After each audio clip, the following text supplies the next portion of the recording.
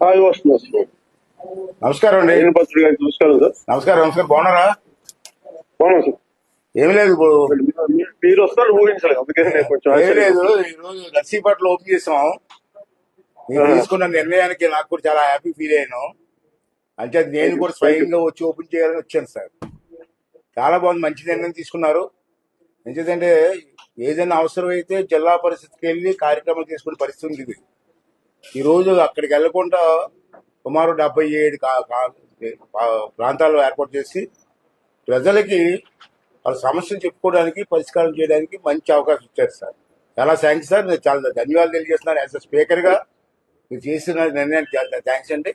అలాగే అధికారులకు కూడా ప్రమోషన్స్ ఎప్పటి నుంచో పంచాయతీరాజ్లో బీడీఓస్ ఉన్నప్పుడు, సమితులు ఉన్నప్పుడు ప్రమోషన్లు వచ్చాయి సార్. అప్పటి నుంచి ప్రమోషన్లే లేవు. మళ్ళీ మీ దయ వల్ల, మీ చొరవ వల్ల ప్రమోషన్లు వచ్చాయి. అధికారులు అంతా చాలా హ్యాపీగా ఉన్నారు sir. One more issue sir. ఇప్పుడు మనకి రామనారాయణ రెడ్డి గారు శాశ్వతమైన బిల్డింగ్ కట్టమని చెప్పారు సార్. చాలా బాగుంటుంది సార్. ఒకటే మోడల్ కడితే బాగుంటుంది. అయితే ఇప్పుడు ఆర్థిక పరిస్థితులు ఇబ్బంది కాదు కాబట్టి మినిస్టర్ గారిని తిరుపతి దేవస్థానం కొంచెం అప్పు ఇమ్మనండి సార్.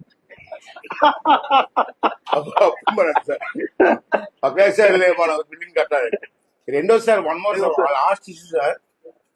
నరేగా ద్వారా ఎక్కువగా పంట కాలువలకి లైనింగ్, సిమెంట్ లైనింగ్ చేసే అవకాశం కల్పిస్తే లాస్ట్ టైం కల్పించాం మనం. బ్రహ్మాండంగా జరిగింది. ఇరిగేషన్ ఛానల్స్ కి పంట సిమెంట్ లైనింగ్ చేస్తే వాటర్ ఎక్కడ వేస్ట్ అవ్వకుండా పొలాల్లోకి వెళ్ళే అవకాశం ఉంటుంది సార్. అది ఒకసారి ఆలోచించేయమని చెప్పి తమ రిక్వెస్ట్ చేస్తూ, మరి మంచి కార్యక్రమం చేసినందుకు మరి మనస్ఫూర్తిగా నా తరఫున, మా నియోజకవర్గ ప్రజల తరఫున, అందరి తరఫున, జిల్లా తరఫున మీకు ధన్యవాదాలు తెలియజేస్తూ సెలవు తీసుకున్నాను సార్.